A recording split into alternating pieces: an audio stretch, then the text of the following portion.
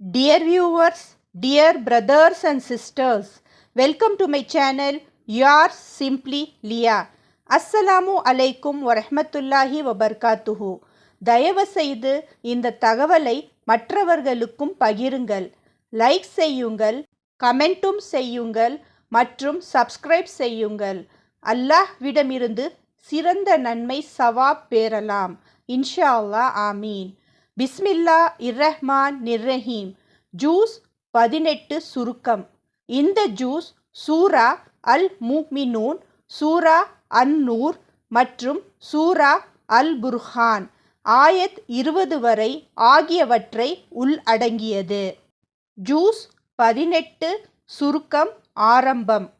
Juice 18 பெயர் கத் அஃப்லஹ.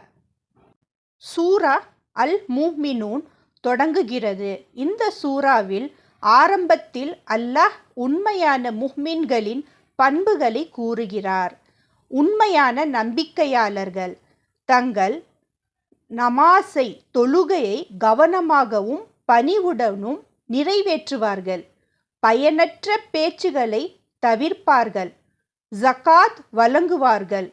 அழுக்கான செயல்களில் இருந்து தங்களை காத்து கொள்வார்கள். தாங்கள் அளிக்கும் வாக்குறுதிகளை நிறைவேற்றுவார்கள். இவ்வாறானவர்கள் ஜன்னத்துல் ஃபிர்தௌஸ் என்ற உயர்ந்த சொர்க்கத்தை பெறுவார்கள்.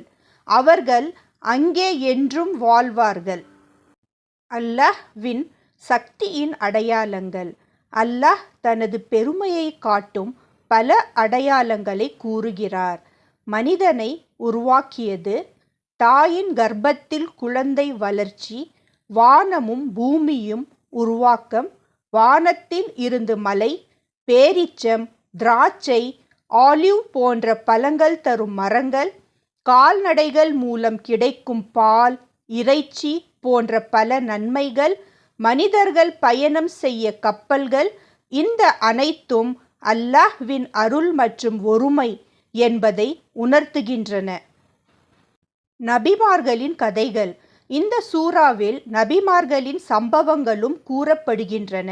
நபி நூஹ் அலைஹிஸ்ஸலாம், நபி ஹூத் அலைஹிஸ்ஸலாம், நபி மூசா அலைஹிஸ்ஸலாம், நபி ஹாரூன் அலைஹிஸ்ஸலாம், நபி ஈசா அலைஹிஸ்ஸலாம்.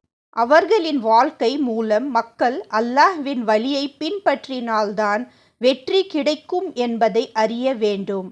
அல்லாஹ் மேலும் கூறுகிறார், நல்ல செயல்களை செய்ய முன்னோடியாக இருங்கள். ஒரு உயிருக்கு அது தாங்கும் அளவிற்கு மேல் சுமை கொடுக்க மாட்டோம்.